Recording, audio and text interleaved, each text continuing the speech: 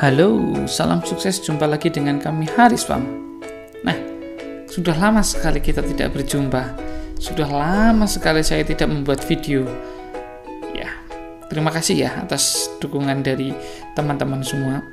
Banyak sekali teman-teman subscriber yang WA ke saya, DM langsung, kapan membuat video. Nah, kali ini kita buatkan videonya.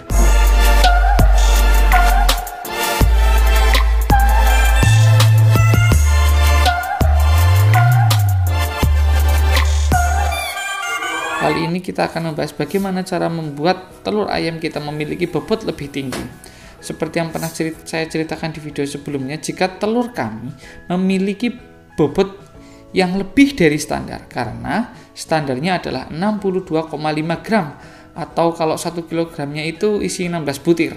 Nah, kalau telur ayam kami bobotnya bisa lebih dari 64 gram per butirnya, atau bahkan bisa 67 gram per butir. Jadi lebih menguntungkan kita jual telur kiloannya ya. Jadi kalau yang telur normal itu, telur standarnya itu 1 kilo isi 16, kita biasanya isinya bisa 15. Nah, lebih menguntungkan kan jualan telur isi 15 sama dengan harga telur isi 16. Kita kan jadi lebih untung wong kita jualnya kiloan. Nah, oke, tidak usah berlama-lama ya. Kita langsung bahas saja bagaimana cara membuat telur ayam kita memiliki bobot yang lebih tinggi. Nah, yang pertama, persiapan sejak remaja. Bibit yang baik mempunyai peranan yang besar tentu saja. Jadi pilihlah bibit yang baik dan berkualitas. Cara memilihnya sudah pernah kita bahas. Dan kita persiapkan betul ketika masa remajanya ya. Jadi sama seperti kita punya anak begitu ya, kita persiapkan betul-betul, kita rawat dengan baik. Nah, jadi ketika masa remaja kita memang persiapkan supaya memiliki kerangka tubuh yang baik ya, organ reproduksi yang baik, tentu dengan pakan dan manajemen yang baik. Saya sebelumnya pernah cerita bagaimana cara merawat ayam usia grower usia 19-20 minggu. Ada kan videonya? Atau saya lupa membuatnya ya. Kalau saya lupa nanti kita buatkan deh. Hal ini penting untuk mempersiapkan organ reproduksi yang baik, supaya ayam kita tidak kita paksa untuk bertelur di saat organnya memang belum sepenuhnya siap. Jadi seolah-olah kayak melahirkan anak di usia dini kan. Ya kita tahu sendirilah kalau organ reproduksi manusia itu ketika belum siap tapi dipaksa untuk melahirkan di usia dini, nanti akibatnya bisa macam-macam deh. Nanti hasilnya akan jadi tidak baik deh. Tanya saja sama dokter-dokter, pasti pendapatnya sama. Begitu juga dengan di ayam ya. Akhirnya telurnya tidak bisa berat bobotnya atau tidak bisa besar, bahkan bisa di bawah 62,5 gram per butirnya.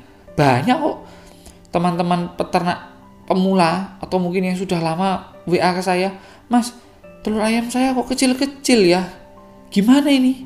Ya jawaban saya, ya banyak hal penyebabnya. Nah makanya saya buat video ini ya, sebagai bentuk jawabannya. Mungkin teman-teman nanti bisa refleksi ya di kandang masing-masing.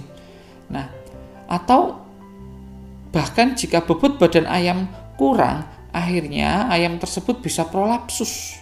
Jadi ketika usia remaja tadi ya, 19 minggu gitu, awal-awal ketika pertama bertelur, begitu bobot ayamnya ternyata kurang, ayamnya bisa prolapsus. Apa itu prolapsus? Kalau bahasa bahasa mudahnya ya, ketika para peternak itu bahasa awamnya itu double. Double ya. Kalau di luar Jawa mungkin kurang ngerti apa itu double. Kalau orang Jawa pasti ngerti. Jadi uretranya atau saluran reproduksinya itu ikut keluar ya di anus. Nah, bahkan banyak sekali kadang-kadang ayamnya itu bisa lumpuh karena kekurangan kalsium ya. Terus bagaimana caranya? Ya, cara persiapannya ya kita harus bahas di video tertentu. Karena kalau kita nggak bahas di video khusus, video ini akan jadi panjang sekali ya. Nanti nggak selesai nanti ya, kita siapkan di video khusus saja. Nah, terus yang kedua, adalah manajemen pemeliharaan ya. Manajemen pemeliharaan, saya ulangi. Nah, ini juga berkaitan dengan pemeliharaan ketika remaja seperti yang kita bicarakan tadi. Namun, pemeliharaan ini lebih detail lagi, termasuk bagaimana cara pemberian pakannya, bagaimana program pencahayaannya atau lighting ya, pencahayaan ya, lampu ya.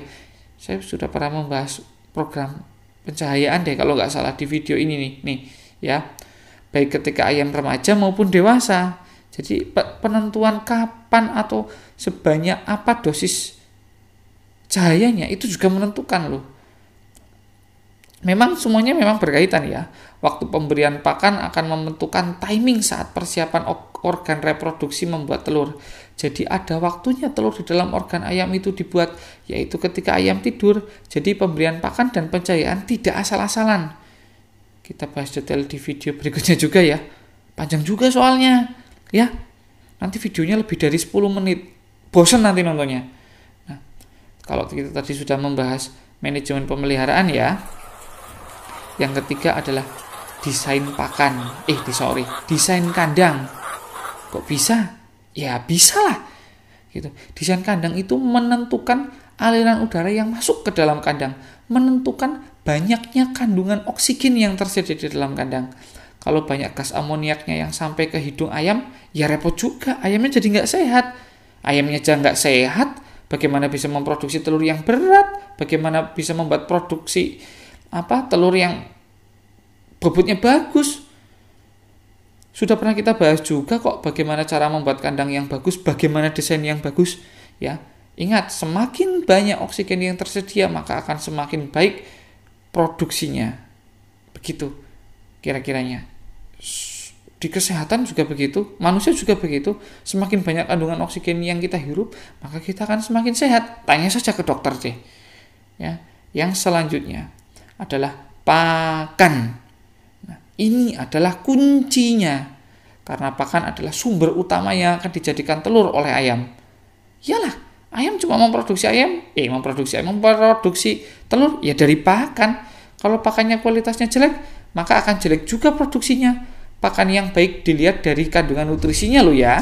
Ingat, pakan yang baik dilihat dari kandungan nutrisinya, dari isinya ya, bukan dari jumlahnya. Semakin padat nutrisi, maka akan semakin baik pula kualitasnya. Tentu syarat dan ketentuan berlaku loh ya. Saya itu sudah membahas banyak sekali video tentang pakan ya. Pakan menentukan seberapa banyak protein yang masuk ke ayam, seberapa kalori yang masuk ke ayam. Saya sudah pernah membahas berapa kebutuhan protein dan kalori untuk setiap ekor ayam setiap harinya. Mau dibahas lagi? Perlu nggak ya? Perlu kali ya? Ya, perlu kali ya?